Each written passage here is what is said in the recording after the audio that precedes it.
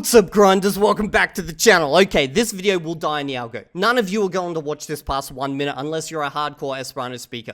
The reason being is because I'm going to do exactly what this video is about. This video dropped from Stuart literally an hour ago, okay? Premiered 100 minutes ago. Okay, so slightly over an hour ago. The shadowing technique nobody talks about to become fluent in another language. If you want to actually watch his video and understand what is happening here, go click on the link down below and go watch it. I'm sure he will appreciate me just literally sending all of you there directly anyway. So what we're going to do is what he actually recommends we all go do, and I'm going to do this in Esperanto. Why am I going to do this in Esperanto? One, so I can fucking mog you, Stuart. No, me and Stuart are actually mates. We chat quite a bit online via Discord and stuff, and even before we started this whole back and forth between us, but I kind of just want to do it. I know this is the worst thing in the world to do as a language YouTuber. I know I shouldn't do this because, well, YouTube hates you when you swap languages on a YouTube channel. Well, maybe it's not YouTube, it's just your audience. Because, well, obviously people just don't understand. But, you know what, fuck it, I'm going to do it. I don't care. Fuck you all. Someone Sebetulnya ada orang yang bertanya saya dalam Discordnya, ya pasti itu Davidnya kalau lagi nontonnya, dia bertanya beras begitu, tapi我你怎么样？你的脑海里面怎么样？你一听到西班牙语，我所有都听得懂，我好像我明白他浮现什么话，什么意义。拉ของทุกคำแต่ถ้าเป็นภาษา Spanish ส่วนท้ายคำ Okay, so you've heard him do it. You've heard him do it in Thai, and then he did a little bit of Chinese in there, and there was something else. Now you're going to hear me do the rest of this video, 14 minutes. And you know what? I'm going to speed this shit up. We're going to do this 1.25 speed. Let's go. Is the hardest skill to develop when it comes to learning a new language. For me, I'm going to cover that today. And it might surprise you. I've been a simultaneous interpreter for God knows how long, over 13 years now. And I've been a simultaneous interpreter in languages like Mandarin Chinese, in Thai, in Indonesian, and other languages that I use for my professional working life. And a lot of people, when they're looking at interpreting, now you've got consecutive interpreting and you have simultaneous interpreting. So consecutive interpreting is when you see, and you think of, say, a diplomatic meeting, and somebody is speaking there, and somebody's sort of taking notes, they might even have a pad, and they're listening to it, and they might listen to, a minute's worth of somebody speaking, they summarize everything, and they say it back in the other language. So that's consecutive interpreting, because it's consecutive one after another. And then there's simultaneous interpreting. So simultaneous interpreting is, you've probably seen the booth there at the UN, or in big conferences, and basically as soon as the speaker on the stage, or whoever the main person speaking is opens their mouth, bang, the interpreter's mouth is moving. And so people think, oh my God, that's so difficult. It's not actually difficult. The interpreting bit isn't the difficult bit. Well, let's come back to that.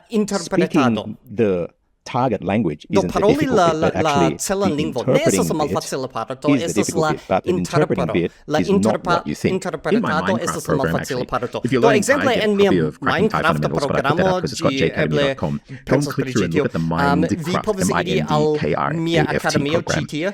It's a program I put together, but it's learning how to craft your mind. Craft in Danish. It's the art, the skill of crafting your mind there to be able to learn language. So I believe, and I put this is one of the initial modules that people talk about shadowing, and we just looked at Evildea. I'll just take that down. A lot of people, when they're talking about shadowing, they're thinking of getting the phonetics, the phonology of a language right. You put the target language speaking in your ears so loud that you can't hear anything else, and you just speak over it, and then you slowly go back and you analyze your sound and you try to do it. So we spoke about that in the clip the other day with Evildea, that if you don't have that phonological, that audio intelligence, you might know what you're listening out for. You might know what you're missing. So that's one thing. That's not what we're talking about today. I'm going to be doing shadowing, but it's going to be different. Today we're talking about thought fluency. And so I think this is actually even more difficult than the phonological stuff. The phonological stuff is just muscles, like going to the gym. If you work out enough, you're going to get it. But this thought fluency is the tough bit.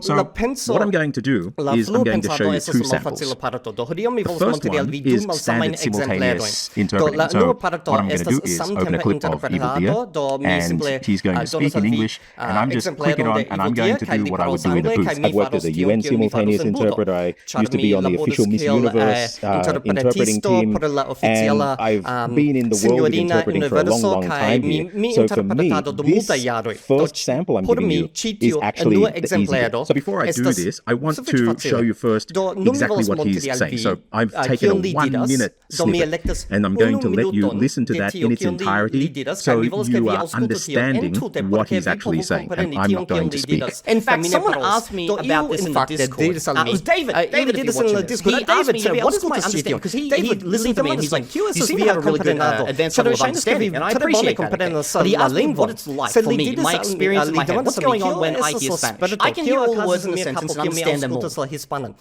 But it's like I understand the image, the idea of the root of every word. But with Spanish, the endings of words determine their grammatical positioning and their purpose and their tense and all that type of stuff. Okay. That part is a blur. I have no idea how that works. Okay. So when I hear all the words in the sentence, usually context tells me whether this is in past tense, present tense, future tense, if someone's talking to me or you're talking to someone, like I get all that like 90% of the time from context of the entire phrase. Okay? And then the entire conversation on top carries a whole context. So I understand the words because I understand each individual word within it, but the gluing of those words is a lot more dubious. Now, what I'm going to do is turn his volume almost all the way down, and you'll still be able to follow on, but then listen to me. I'll be speaking over the top of him. Sebetulnya ada orang yang bertanya saya dalam Discord ya, pasti itu takfirnya kalau lagi nonton ya. Dia bertanya bagaimana pengertian Anda, dia mendengarkan saya, dan dia kayaknya ada pengertian yang agak tinggi dalam, dan saya senang sekali yang bisa berasa begitu. Tapi我你的脑海怎么样？你一听到西班牙语，我有时候听得懂，我好像我明白它浮现什么话，什么意义。拉孔ตุกคำถ้าเป็นภาษา Spanish สุดท้ายท้ายคำแล้วตำแหน่งของไวยากรณ์แล้วการว่า is a blur. I have no idea how that works. Okay. So when I hear all the words in the sentence, usually context tells me whether this is in past tense, present tense, future tense. If someone's talking to me or you're talking to someone, like I get all that, like 90% of the time from context of the entire phrase. Okay. And then the entire conversation on top carries a whole heap of context. So I understand the words because I understand each individual word within it. But the gluing of those words is a lot more dubious. So look at that. What happened? What was going on in my head? Now, what languages was I speaking? Going back, I started in Indonesian. I think I jumped to Chinese for a bit, and then I switched into Thai for the home straight, taking it to the end. But I didn't stop. Did you notice that? How is it that the human brain is doing this? What's going on inside? And that's where, when it comes to learning language, I think this is the key. And you need to be able to have thought fluency. And this isn't just for advanced. This should start from the beginning. And I think it's why they talk about getting a lot of input, new content. I believe that if my facility and my muscles in the language are there, I don't even have to think about the language. The thing that I just need to think about is be sure that I'm understanding the source of what's speaking to me. Or if it's myself wanting to say something, I just have to know what I want to say. And I have faith that it's going to come out naturally. Now, that natural coming out of the language, out of my body, is going to be dependent on the language that I was exposed to and that I trained my muscles in. But as long as that muscle training was okay, I'm good to go. For me, the language bit isn't the hard bit. The hard bit is actually the software that's involved. And so now I'm going to show you this next clip, the same clip in English from Evildea, but it's got a twist. Have a look at this. So somebody asked me about this in Discord. I think it was David. Someone asked me about this in Discord. Watching this here, if you're watching this, because he listens to me. So he goes, so he says, advanced level of understanding. I'm here to really understand what's going on. I like that he said that, but he said, how is it from my experience what's going on when I hear Spanish? When you're listening to Spanish? And so what happens is I'm understanding everything when they're speaking to me in Spanish. It's like I understand everything they're saying in Spanish. It's as I'm getting the image, it's like I'm getting the meaning that they're trying to convey to me, and the root. All the words that they're saying, talking about Spanish. If you look at the final bit of Spanish, it actually if you look at the is a grammatical thing, so it tells the tense and all the different things where it is in the sentence. And so I honestly don't know how that works in Spanish. So when all of these words are coming out, the context will communicate to me what tense it's on, as it's in the past or the future. Are they speaking to me or am I speaking to somebody? I kind of guess probably most of it, around 90% of this whole phrase that they're saying. And then that goes into the whole conversation. There's a lot understand the more entire meaning that's conversation. going on in there, so I understand the individual words. What did I just do? So, Evildea was speaking, and I was speaking over the top of him. One question. Did we tell the same story? Now that was in real time, just listening to it, speaking over. If you ask me exactly what he said, I couldn't tell you word for word. If you ask me what I said word for word, I probably couldn't tell you either, because I'm just seeing the meanings. And just like Evildea said, he's seeing pictures. Well, I'm seeing the pictures, I'm feeling the meanings, and it's coming out. And that is, for me, one of the hardest skills. It's thought fluency. And for me, interpreting English to English is just as hard as English to Thai, English to Indonesian, English to Spanish, English to Chinese. It's the same mechanism that's going on in here to be able to render that. As long as I understand the meaning, and as long as I have faith in the language that's sitting within me, that hardest thing is actually the flow of information to be going inside, understanding what's going on, and really pushing it out. So this is, again, why in my Minecraft program, go to jacademy.com, that's jcademy.com, and take a look at the Minecraft program.